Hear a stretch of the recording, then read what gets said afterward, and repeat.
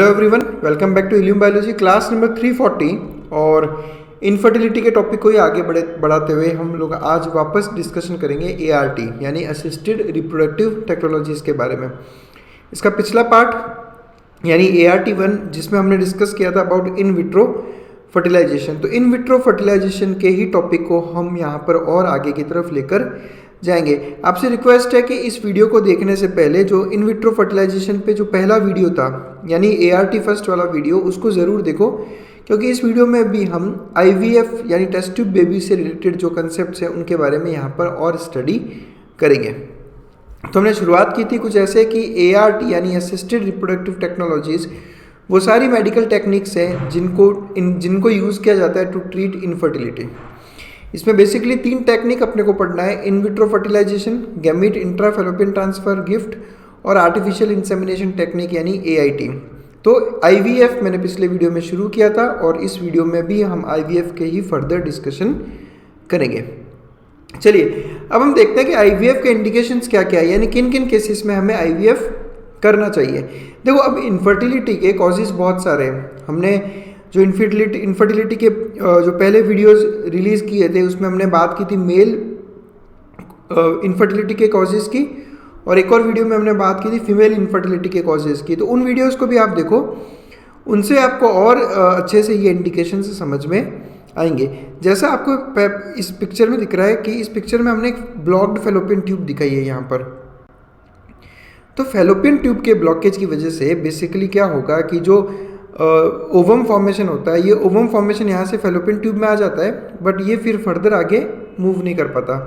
Sperm यहाँ पर enter करना मुश्किल हो जाता है, और अगर समझो वो आ भी गया स्पर्म, तो भी जो यहाँ पर फेलोपियन ट्यूब में फर्टिलाइजेशन होगा, यहाँ पर वो फर्टिलाइजेशन होने के बाद में ये जाइगोट का आगे की तरफ मूवमेंट ब्लॉक हो जाता है। ऐसे केसेस में IVF एक बहुत अच्छा ऑप्शन रहता है। अपने को करना क्या है, बस यहाँ से हम लोग ओवम रिमूव कर लेंगे सर्जिकली, और उसके बाद उसको स्पर्म के साथ मिक्स करके जाइगोट का डेवलपमेंट करके वापस यूटेरस में यहाँ पर इम्प्लांट कर सकते हैं, यानी इस फेलोपियन ट्यूब को हमने पूरा बाईपास कर दिया।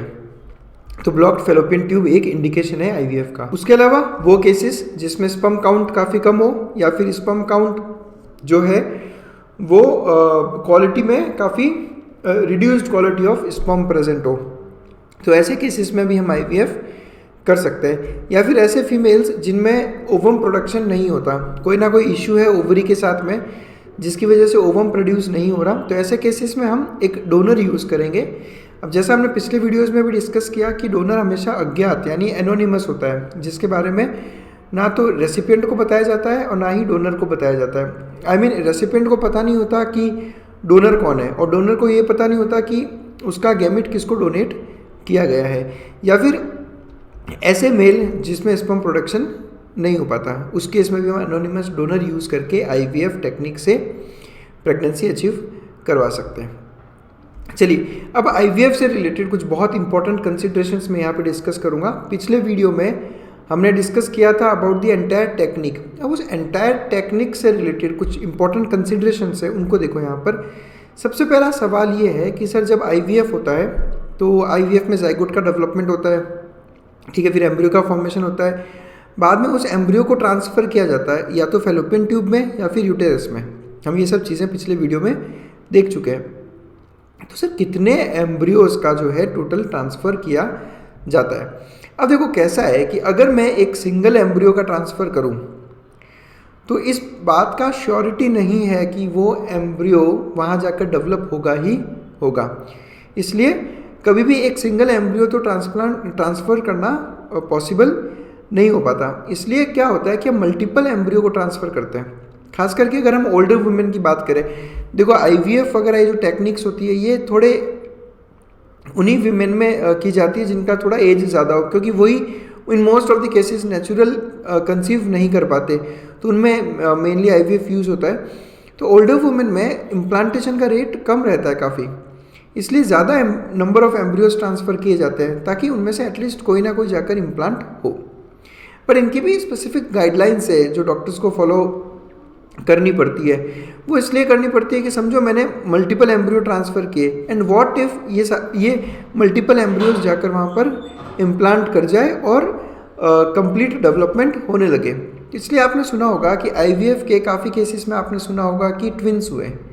तो ट्विंस या फिर ट्रिपलेट्स होने का रीज़न यही है कि मल्टीपल एम्ब्रियो का ट्रांसफ़र किया जाता है। बट बहुत इंपॉर्टेंट स्पेसिफिक गाइडलाइंस फॉलो करनी पड़ती है, बिकॉज एक साथ इतने एम्ब्रियोज का डेवलपमेंट कई बार मुश्किल रहता है। चलिए आगे बढ़ते हैं कि what is done with the extra embryos. अब जैसे समझो मैंने पेट्री डिश के अंदर, यहाँ पेट्री डिश में मैंने बहुत सारे स्पर्म और एग सेल्स का मैंने मिक्सिंग किया और यहाँ पर मल्टीपल एम्ब्रियोज का फॉर्मेशन हो गया। जैसे समझो बहुत सारे एम्ब्रियोज का फॉर्मेशन हो गया उस पेट्री डिश में। अब मैं ये सारे के सारे एम्ब्रियो ट्रांसफ़र नहीं करता। जैसे समझो मैंने कुछ एम्ब्रियोज जो है इतने एम्ब्रियोज ट्रांसफ़र कर दिए फीमेल में, तो वो जो बाकी एम्ब्रियोज बच गए उनके साथ में क्या किया जाता है, तो ये सवाल है। देखो अब एक पॉसिबिलिटी ये है कि वो जो एक्स्ट्रा एम्ब्रियोज का फॉर्मेशन हुआ है उसको हम फ्रीज कर देते हैं एट वेरी लो टेम्परेचर, ताकि उसको फ्यूचर में यूज़ किया जा सके। जैसे एक कपल है, उस कपल को आईवीएफ टेक्निक से हमने उसके एक्स्ट्रा एम्ब्रियोज को स्टोर कर दिया, फ्रीज कर दिया और प्रेगनेंसी हो भी गई। अब कुछ साल बाद वो चाहते हैं कि एक बार और कंसीव किया जाए या if they want another child, तो फिर उस पूरे आईवीएफ की प्रोसीजर को रिपीट करने से अच्छा है कि वो जो फ्रोज़न एम्ब्रियो है उसी फ्रोज़न एम्ब्रियो को यूज़ करके हम आगे बढ़ जाएं, उसी को हम आगे डेवलप कर लें। तो ये एक टेक्निक होती है। अब फ्रीजिंग हम सब ऑलरेडी बहुत बार पढ़ चुके हैं कि ये फ्रीजिंग की जाती है -196 डिग्री सेंटीग्रेड पे, और इतना कम टेम्परेचर अचीव करने के लिए हम यूज़ करते हैं लिक्विड नाइट्रोजन। आपने सुना होगा इस टेक्निक को कहा जाता है क्रायो प्रिजर्वेशन, और ये केवल आईवीएफ पर्पज़ के लिए ही नहीं, काफ़ी पर्पजेज़ में काफ़ी रोल्स है इस क्रायो प्रिजर्वेशन के। अब ज़रूरी नहीं है कि जितने भी एम्ब्रियो हमने फ्रीज़ किए वो सारे के सारे सर्वाइव करेंगे, हालांकि मोस्ट ऑफ देम विल, उनमें से मैक्सिमम एम्ब्रियोज सर्वाइव करते हैं। इतने कम टेम्परेचर पे बेसिकली हम आराम से टिश्यू प्रिजर्व किया जा सकता है। तो most of those embryos will survive, but इस बात की कोई गारंटी नहीं कि सबके सब सर्वाइव करेंगे। फ़ायदा ये होगा इनको फ्रीज करने का कि जो फर्दर आईवीएफ साइकिल अगर अपने को चलानी पड़ी तो वो ईजी हो पाएगा, खर्चा कम आएगा, और इतना जो एक कॉम्प्लिकेटेड प्रोसीजर हमने किया एग रिट्रीवल का, सिंथेटिक हार्मोन्स का, एडमिनिस्ट्रेशन का, वो सब अपने को दोबारा नहीं करना पड़ेगा। अगर कपल्स अगर चाहे तो वो डोनेट भी कर सकते हैं इन फ्रोज़न एम्ब्रियोज को दूसरे कपल को या किसी रिसर्च फैसिलिटी को। जैसे कई बार ये होता है कि एक कपल ने काफ़ी ट्राई किया, काफ़ी टेक्निक्स भी यूज़ कर ली, बट प्रेगनेंसी अचीव नहीं कर पा रहे, तो ये डोनेशन भी वहाँ पर किया जा सकता है। बट इसमें काफ़ी लीगल इश्यूज़ रहते हैं, और ये सारा का सारा प्रोसीजर देखो, ये ऐसा नहीं है कि ऐसे ही होगा। I mean complete paper work होकर सारे लीगल एथिकल इश्यूज़ जो को देखकर ये सब काम किया जाता है। और अगर कपल चाहे तो उसके पास ये तीसरा ऑप्शन भी रहता है कि वो उन अनयूज्ड एम्ब्रियोज को डिस्कार्ड कर सकता है। या तो वो क्या करें, उसको फ्रीज कर लें फ्यूचर यूज़ के लिए, या फिर वो उसको डोनेट कर सकते हैं किसी और कपल को, या फिर वो चाहे तो उनको डिस्कार्ड भी कर सकते हैं। तो वो सब कुछ जो है डिपेंड करता है उन कपल्स पे जिनका वो एम्ब्रियो रहता है।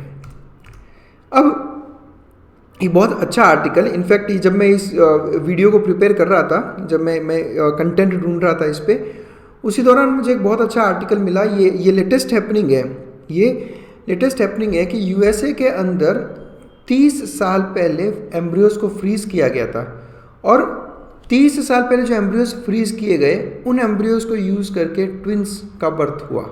और ये रिसेंट अपडेट है जो मैं आपको बता रहा हूँ। इनका फ्रीजिंग हुआ था अप्रैल 22, 1992 को, ठीक है, और ट्विंस का बर्थ हुआ था अक्टूबर 31, 2022।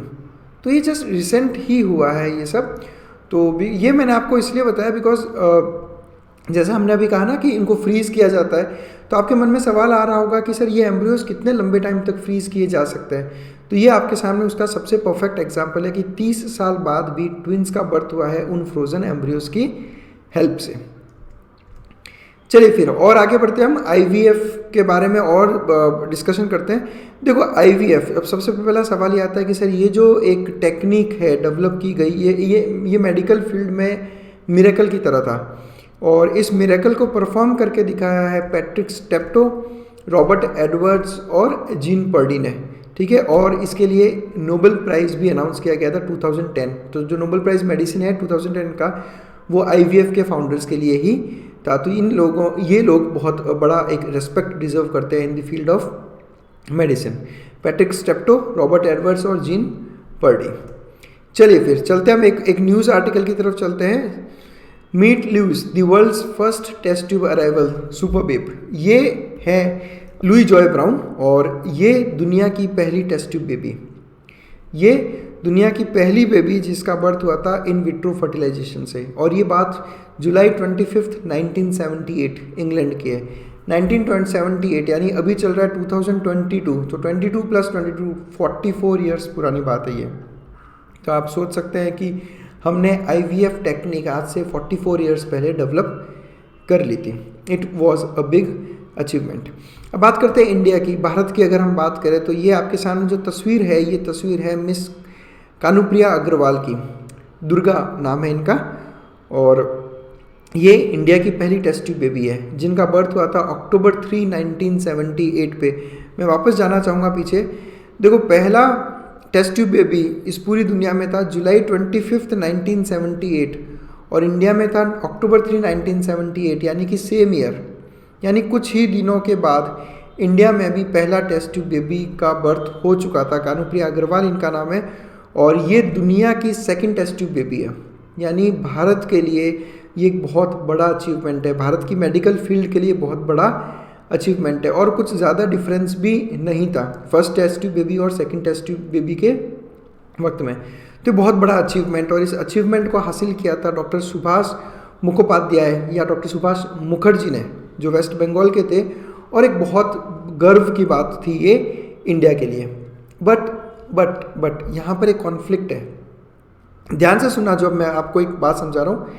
बहुत सी बुक्स में आपको first test tube of India में नाम मिलेगा हर्षा चावड़ा का, जो मुंबई की हैं।